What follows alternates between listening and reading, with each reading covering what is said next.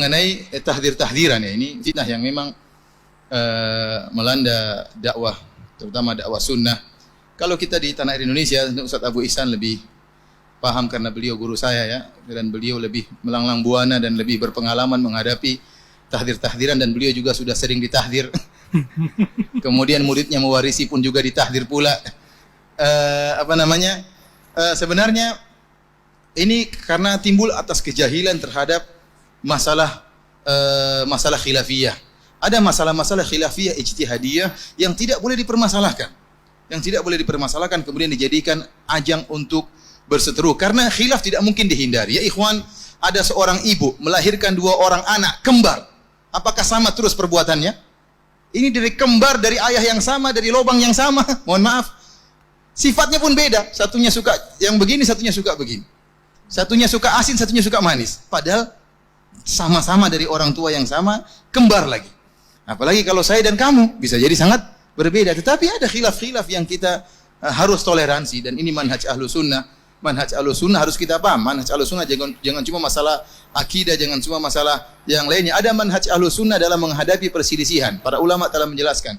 Jika perselisihan tersebut merupakan perselisihan ijtihadiyah, bukan perkara yang qat'iyah, maka harus toleransi. Silakan Anda mencari pendapat yang terbaik, silakan Anda menyalahkan yang lain, tapi Anda harus toleransi menerima pendapat yang lain. Dan perkara ijtihad banyak. Yang kita perhatikan sekarang ini, timbul masalah-masalah khilafiyah yang ada di Indonesia, kemudian diekspor ke Malaysia ya. Seharusnya tidak ada di Malaysia, namun diimpor ke Malaysia. Ya, apa yang tidak perlu ya. Masalah-masalah ternyata kita perhatikan masalah-masalah sepele. Masalah-masalah sepele. Permasalahan khilaf di Indonesia yang bertahun-tahun lamanya. Gara-gara apa? Masalah dana. Ada dana dari Yayasan Ihya'ut Turath dari Kuwait. Diberikan kepada suatu yayasan di tanah air kita Indonesia. Sebagian guru-guru kita mengambil untuk bangun pondok. Maka ditahdirlah yang mengambil yayasan dana ini.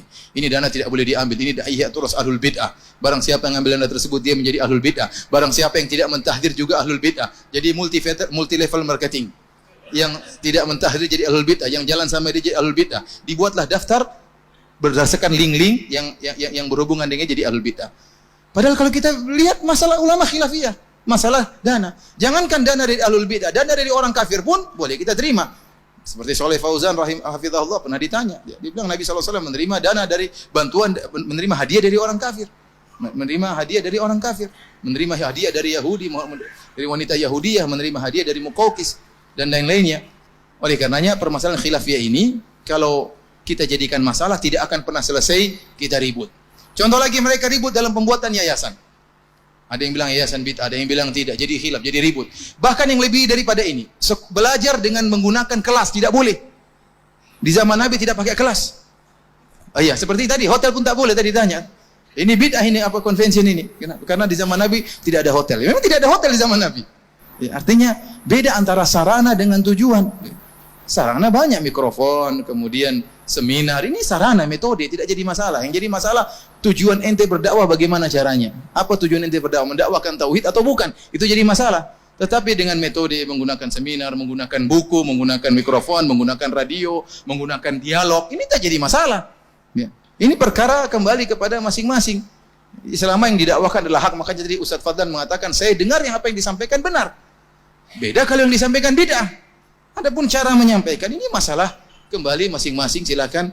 Ini masalah sarana, dan sarana bebas-bebas saja selama tidak menyelisihi syariat. Oleh karena saya katakan sebenarnya sumber permasalahan gara-gara teman-teman tidak dewasa dalam menghadapi masalah khilafiyah. Kemudian yang kedua, ta'assub kepada salah seorang syekh atau ulama dan meninggalkan ulama yang lain. Ya ikhwan, ulama banyak di dunia ini, ulama banyak. Di Arab Saudi banyak ulama, di Pakistan juga mungkin ada ulama, ya. Di negara Yaman juga ada ulama, di Mesir juga ada ulama. Jangan kita jadikan agama kita cuma satu ulama. Seakan-akan dia maksum, dia ini bukan nabi, bisa salah, bisa benar, ya. Apalagi kemudian banyak ulama yang menyelisihi dia. Maka kemudian bagaimana kita gantungan agama kita sama dia? Oleh karenanya saya bilang kalau belajar dari guru yang banyak. Lihat para ulama dulu, Imam Bukhari gurunya ratusan. Imam Fulan gurunya ratusan, tidak ada ta'assub dalam diri mereka.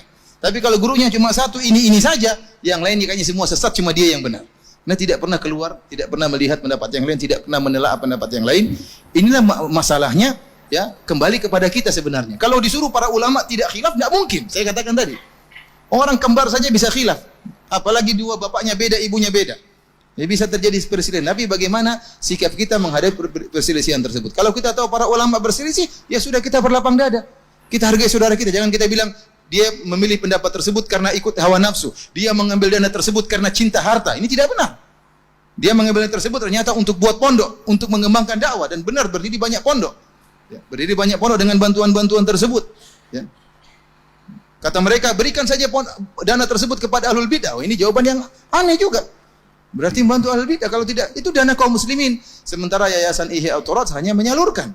Artinya saya katakan, taruhlah pendapat saya keliru, namun ini masalah ijtihadiyah. Kapan kita memaksakan masalah ijtihadiyah, pasti kita ribut. Maka perlu kita ahlu sunnah paham bagaimana manhaj ahlu sunnah dalam masalah menghadapi masalah ijtihadiyah khilafiyah. Bukan ini masalah qat'iyah, kecuali kalau ada dalil dari Rasulullah SAW bersabda, haram mengambil dana dari Ihya At-Turath, maka tidak boleh kita ambil. Siapa yang ngambil sesat, bahkan bisa kafir menentang hadis Nabi SAW. Namun Al-Qurannya tidak ada, hadisnya tidak ada. Kemudian ini masalah ijtihadiyah, kemudian kita paksa-paksakan, pasti ribut. Maka saya nasihatkan kepada diri saya dan juga pada para hadirin untuk dewasa, kenalilah manhaj ahlu sunnah dalam menghadapi masalah ijtihadiyah khilafiyah, maka akan banyak permasalahan yang bisa kita hadapi. Wallahu a'lam bishawab.